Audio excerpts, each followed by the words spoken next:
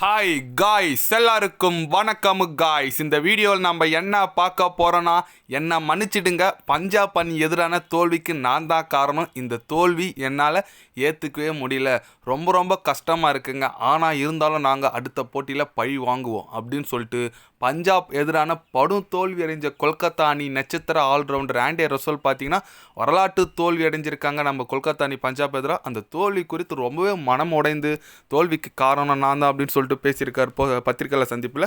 அவர் என்ன பேசினார், ஏது பேசினார் சொல்லிட்டு வீடியோவில் டீட்டெயில்டாக பார்க்கலாம். அதுக்கு முன்னே நீங்கள் நம்ம சேனலுக்கு புதுசாக வந்திருந்தீங்கன்னா ஒரே ஒரு சப்ஸ்கிரைப் மட்டும் பண்ணிவிட்டு வாங்க, வீடியோக்குள்ளே போகலாம்.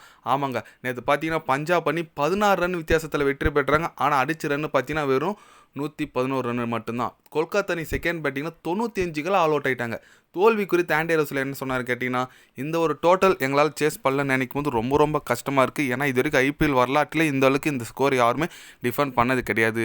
இருந்தாலும் என்னால் முடிஞ்ச அளவுக்கு நான் ட்ரை பண்ணேன். ஆனால் கடைசியில் நான் கோட்டை விட்டேன். இந்த தோல்விக்கு நான் தான் காரணம் ஒத்துக்கிறேன். ஏன்னா நான் கடைசி டைமில் அடிக்கும்போது லாஸ்ட் வரைக்கும் நின்றுருந்தேன். கொஞ்சம் ஒரு 2 6 அடிச்சிருந்தா கண்டிப்பாக நல்லா இருந்திருக்கும். நான் சீக்கிரமாக அவுட் ஆகிட்டேன். கண்டிப்பாக எனக்கு ரொம்ப கஷ்டமாக இருக்குங்க பார்க்கறதுக்கு. ஏன்னா இந்த மாதிரி ஒரு டோட்டலை சேஸ் பண்ணாதபோது இந்த ஒரு மேட்ச் எங்களுக்கு இந்த 2 பாயிண்ட் பார்த்தீங்கன்னா லாஸ்ட் வந்து கண்டிப்பாக எங்களுக்கு ரொம்பவே கஷ்டமாக இருக்குது. இந்த 2 பாயிண்ட் ரொம்ப எங்களுக்கு தேவைப்படும். அதனால் இந்த தோல்வி நாங்கள் வெற்றி பெற வேண்டியதை நாங்கள் தோற்றுருக்கோம். ரொம்ப கஷ்டமாக இருக்குது. அடுத்த போட்டியில் கண்டிப்பாக நாங்கள் கம்பேக் கொடுப்போம்.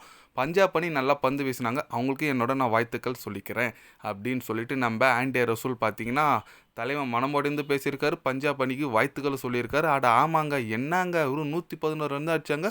16 ரன் வித்தியாசத்தில் பஞ்சாப் அணி வெற்றி பெற்றிருக்காங்க. எப்படி சொல்லுது, வெறும் 95 ஆல் அவுட் ஆகிருக்காங்க. பார்க்கவே ரொம்ப கஷ்டமாக இருக்குங்க நம்ம அணியை பார்த்தா. ஏன்னா கொல்கத்தாவும் நல்ல பேட்டிங் லைனப்பு, நல்ல ஒரு டெப்த் இருக்கிற டீம். ஆனால் ஏன் இப்படி தோற்றுருக்கு அப்படின்னு நினச்சா ரொம்ப கஷ்டமாக இருக்குங்க. கண்டிப்பாக நம்ம பொறுத்துன்னு தான் பார்க்கணும் அடுத்தடுத்து எந்த மாதிரி ஒரு பர்ஃபார்மன்ஸ் பண்ணுறாங்கன்னு சொல்லிட்டு. ஏன்னா இந்த மாதிரிலாம் போயிடுச்சுன்னா கண்டிப்பாக வேலை ஆகாதுங்க பஞ்சாப். ஏன்னா கொல்கத்தா நல்ல ஒரு டீம் தாங்க இருக்காங்க. ஆனால் இந்த அளவுக்கு ஏன் படுதோல்வி அடைஞ்சாங்க, அதுதான் ஒரே கேள்வியாக இருக்குது.